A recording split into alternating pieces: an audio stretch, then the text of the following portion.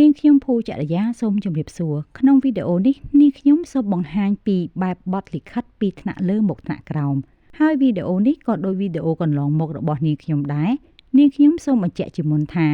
អ្វីដែលនាងខ្ញុំបង្ហាញគឺជាជ្រុងតូចមួយនៃការងាររដ្ឋបាលស្ថាប័នរដ្ឋនិងតាមបទពិសោធន៍ការងាររបស់នាងខ្ញុំសម្រាប់ជាព័ត៌មាននិងចំណេះដឹងទូទៅជូនដល់លោកអ្នកដូច្នេះបើសិនជាលោកអ្នកយកទៅប្រើប្រាស់សូមមេត្តាកែសម្រួលតាមការគួរចា៎កុំឲ្យរងចាំយូរសូមចូលមកប្រធានបទរបស់វីដេអូយើងឯកសារដែលលោកអ្នកកំពុងទស្សនានេះជាតួយ៉ាងនៃលិខិតដែលថ្នាក់ដឹកនាំផ្ញើមកកាន់ថ្នាក់ក្រោមដែលស្ថិតក្នុងស្ថាប័នតែមួយអាចនិយាយថាពីថ្នាក់រដ្ឋមន្ត្រីមកកាន់អគ្គនាយកអង្គភាពក៏បានចំពោះក្បាលលិខិតគ្មានអ្វីត្រូវរៀបរាប់ទេព្រោះដូចគ្នានឹងលិខិតពីថ្នាក់ក្រោមទៅថ្នាក់លើដែរប៉ុន្តែចាប់ពីក្បាលលិខិតមកមានចំណុចខុសគ្នាចំនួន9ដែលនាងខ្ញុំចង់បង្ហាញនិងទាញចំណាប់អារម្មណ៍របស់លោកអ្នកទី1កាលបរិច្ឆេទនាងខ្ញុំធ្លាប់បានបង្ហាញនៅក្នុងវីដេអូកាលពីមុនរួចហើយថាទីតាំងរបស់កាលបរិច្ឆេទប្រែប្រួលទៅតាមប្រភេទលិខិតពីថ្នាក់ក្រោមទៅថ្នាក់លើត្រូវដាក់កាលបរិច្ឆេទនៅខាងក្រោមបើលិខិតពីថ្នាក់លើមកថ្នាក់ក្រោមត្រូវដាក់កាលបរិច្ឆេទនៅខាងលើដោយសារលិខិតក្នុងវីដេអូនេះជាលិខិតចេញពីថ្នាក់ដឹកនាំមកកាន់ថ្នាក់ក្រោម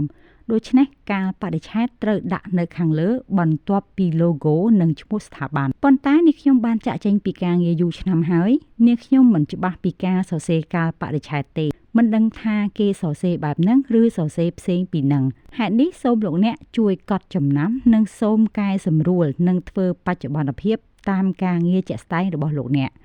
ទី2លិខិតពីថ្នាក់ក្រោមទៅថ្នាក់លើសរសេរថាសូមគោរពជូនតែពីថ្នាក់លើមកថ្នាក់ក្រោមសរសេរថា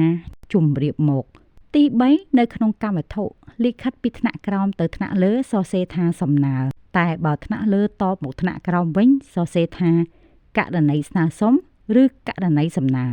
ទី4នៅក្នុងអត្ថបទលិខិតពីថ្នាក់ក្រោមទៅថ្នាក់លើផ្ដើមដោយសេចក្តីដូចបានជម្រាបជូនក្នុងកម្មវត្ថុខាងលើតែពីថ្នាក់លើមកថ្នាក់ក្រោមសរសេរថា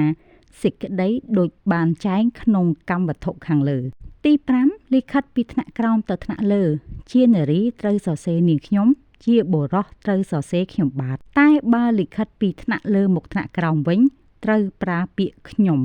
ទោះថ្នាក់លើនោះជានារីឬបុរសក៏ដោយទី6លិខិតពីថ្នាក់ក្រោមទៅថ្នាក់លើប្រើពាក្យសូមជម្រាបជូនមេត្តាជ្រាបថាតែបើថ្នាក់លើមកថ្នាក់ក្រោមត្រូវប្រើសូមជម្រាបឲ្យបានជ្រាបថាទី7ក្នុងសេចក្តីបញ្ចប់លិខិតពីថ្នាក់ក្រោមទៅថ្នាក់លើសរសេរថាអាស្រ័យដូចបានជម្រាបជូនខាងលើនេះតែពីថ្នាក់លើមកថ្នាក់ក្រោមសរសេរថាអាស្រ័យហេតុនេះទី8លិខិតពីថ្នាក់ក្រោមទៅថ្នាក់លើសរសេរថាសូមមេត្តាជ្រាបតែពីថ្នាក់លើមកថ្នាក់ក្រោមសរសេរថាសូមជ្រាបទី9លិខិតពីថ្នាក់ក្រោមទៅថ្នាក់លើសរសេរថាសូមមេត្តាទទួលនៅការគោរពដ៏ខ្ពង់ខ្ពស់ពីនាងខ្ញុំឬខ្ញុំបាទតែបើលិខិតពីថ្នាក់លើមកថ្នាក់ក្រោមសរសេរថាសូមទទួលនៅការរាប់អានពីខ្ញុំចាចំណុចខុសគ្នាទាំង9រវាងលិខិតពីថ្នាក់ក្រោមទៅថ្នាក់លើនិងពីថ្នាក់លើមកថ្នាក់ក្រោមដែលនាងខ្ញុំបានបង្ហាញគ្រាន់តែពឹងផ្អែកលើលិខិតឧទាហរណ៍ដែលនៅក្នុងវីដេអូនេះតែប៉ុណ្ណោះបើលិខិតបែបផ្សេងអាចមានចំណុចខុសគ្នាផ្សេងទៀតហើយនឹងទាល់តែមានឧទាហរណ៍ជាក់ស្ដែងទើបងាយពន្យល់ថាខុសគ្នាយ៉ាងម៉េចចាអ្វីដែលនាងខ្ញុំចង់បង្ហាញជូនមានតែប៉ុណ្្នឹងទេសូមអរគុណដែលបានទស្សនាប្រសិនបើមានកំហុសខុសឆ្គងណាមួយនាងខ្ញុំសូមអភ័យទោសផងសម្រាប់ពេលនេះសូមជម្រាបលាជួបគ្នាវីដេអូក្រោយ